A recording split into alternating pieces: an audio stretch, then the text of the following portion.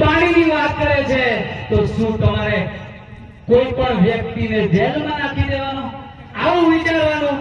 થોડુંક તો ભગવાનથી દીવો મારા ભાઈ, પાર્ટીના ગુલામ ના થઈશો।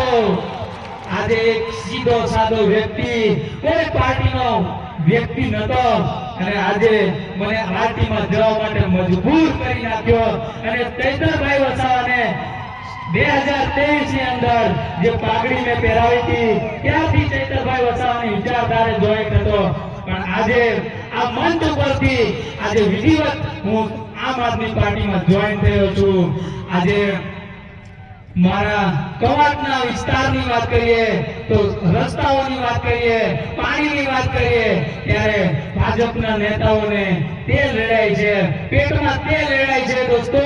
એટલે આ યુવાન જાગે જાગે, એને જેલમાં પૂરી દો, નહીં તો ગમે તે રીતે એને હેરાન કરી દો।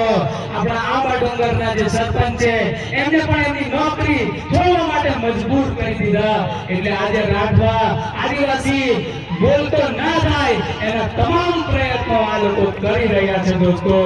પણ કઈ વાંધો નહીં, આજે આમ આદમી પાર્ટીના વિચારધારા સાથે જોડાયેલા છે ચૈતરભાઈ વસાવા।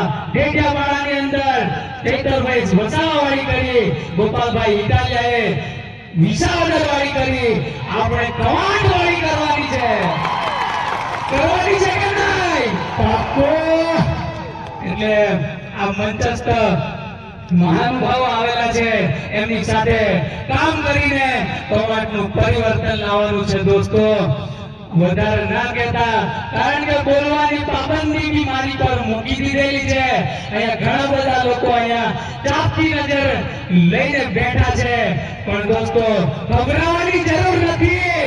આ નાનો દેખાય છે પણ ઘણો બધો ભણેલો પણ છે અને તમારી સાથે રહેવા માટે તૈયાર છે। તો દોસ્તો આજની આ સભાની અંદર મારું સ્વાગત કર્યું, મને આમ આદમી પાર્ટીની અંદર સ્વાગત કર્યું તે બદલ ચૈતરભાઈ વસાવાનો આ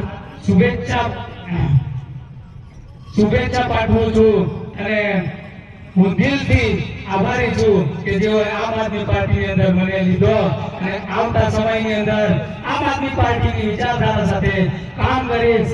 અને બસ જય હિન્દ, જય ભારત, જય આદિવાસી। ખૂબ ખૂબ ધન્યવાદ।